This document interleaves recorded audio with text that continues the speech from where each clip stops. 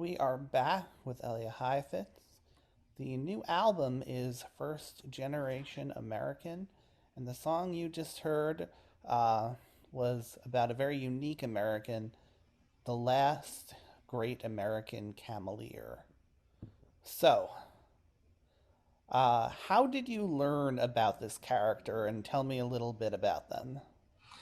Yeah, sure. So I've been kind of fascinated by the American Camel Corps for a while.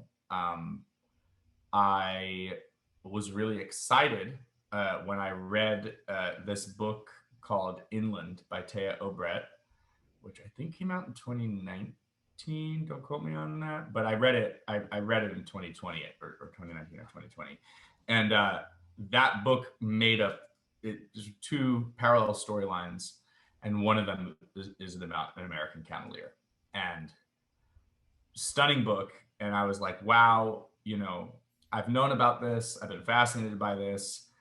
Um, I've never seen any kind of fiction or POV thing, and that's got the wheels turning for sure. And then, sort of around the same time, one of my best friends, whose family is from Iraq, his grandfather passed away, and was living in Plano, Texas, after having, immigrated as a young man from Baghdad. Um, and I don't know if you know, they shipped the Cameliers in the 19th century into the Gulf of Mexico, and they came up through Texas. And the two stories just collided in my brain. I was like, there's this really like famous moment in the history of the American Cameliers when the trains rendered them useless. The Civil War broke out. It was sort of like disbanded. And all these Middle Eastern men marched out into the desert and let their camels go. And you can still find camel bones by accident out in the American West in the deserts if you happen to stumble upon them. Um, and I just had this image of, like, in my head of my friend's grandfather, knowing that he's going to pass in a land that's very far from his own. Um, was brought over on a promise of the American dream, and just like the Cameliers were, and it was useful at one point, not useful at another point, all these various things. And I don't know, the stories just kind of melded in my mind, so I created a fictional one about both. Okay, so I don't think the history of the Cameliers is necessarily as widely known as you might expect, because even as someone who really does enjoy learning about history, I had no idea that there was once a camel army. Um, Yeah, it's insane. It's insane. And it's insane that we don't know about this. I mean, it's like just the thought that somebody had, of like, oh man, we have a lot of this country that we would like to, in some ways, very problematically, see and settle. But most of it's desert. What are we going to do? We can't do this. Oh, I have an idea. Why don't we get a bunch of camel riders from the Middle East and let them do it? I mean, the concept is so absurd, but it's also so American. It's so like, this country is built up of the best of everywhere else, and all of our sounds and all of our culture and everything comes from this conversation and chemical reaction of all these amazing things coming from different places. And there's nothing more American than saying, let's bring in the camel riders to get check out these deserts.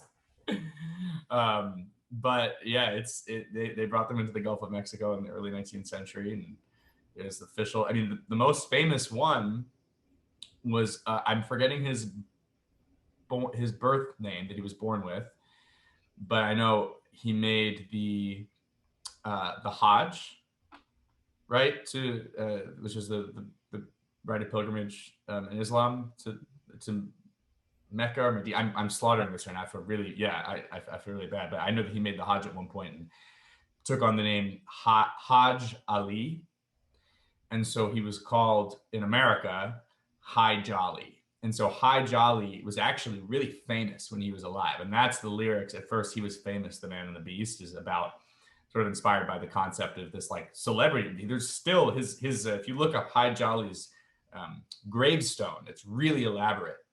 And it's almost as if like it reminds me of that poem Ozymandias um, by Shelley, where he's like, the statues faded away, all the lands have faded away, it's in the desert, but the statue says like, I'm Ozymandias and this is whatever. Maybe I'm getting too nerdy, but anyway, it all really fascinates me. So, how did you like? When was the first time you heard about camel ears? Because this is mine. Probably 2015.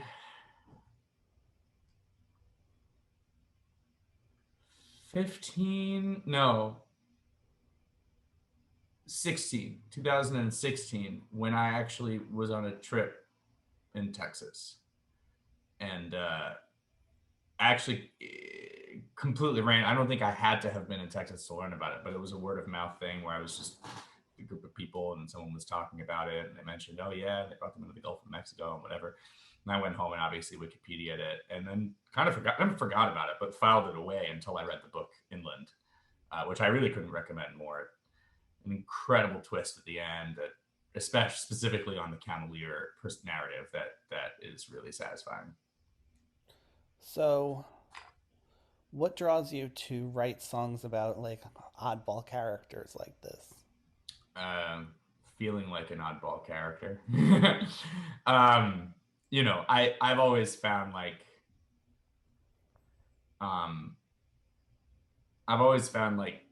the idea of like character studies of other people or other things, or songs that get really idiosyncratic and like kind of funny and weird, end up holding like the most powerful universal truths, more so than songs that announce themselves to be about those universal truths.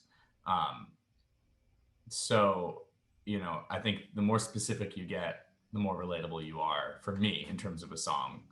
And I like songs about oddball characters and just like strange and unique events. And there's all these like weird old folk songs about like specific famous train crashes and, specific and famous sheriffs or whatever people, whatever the case might be, that I always just find so fascinating, because in getting all of their weird idiosyncrasies down, I think the writers are capturing something really like universally human. All right. So, whenever I have a guest on, I like to allow them to pick a song. I like to hand out a category, and for you, based on the conversation, based on the last great American Camelier, I want you to come up with a song that, like you said, that you love so much that presents some kind of universal truth with an oddball.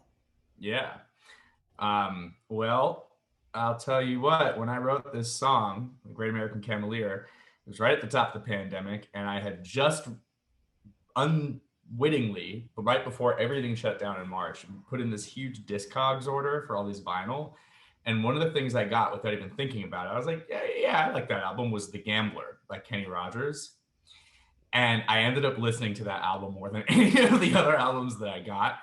And this song definitely was written with the song The Gambler in mind, which is about a character who purports to have a lot of good advice, but also kind of fleeces the narrator of the song. So I would say The Gambler by Kenny Rogers is that song for me. All right, let's do a little Kenny Rogers. Elliah Heifetz, thank you so much for coming on the show.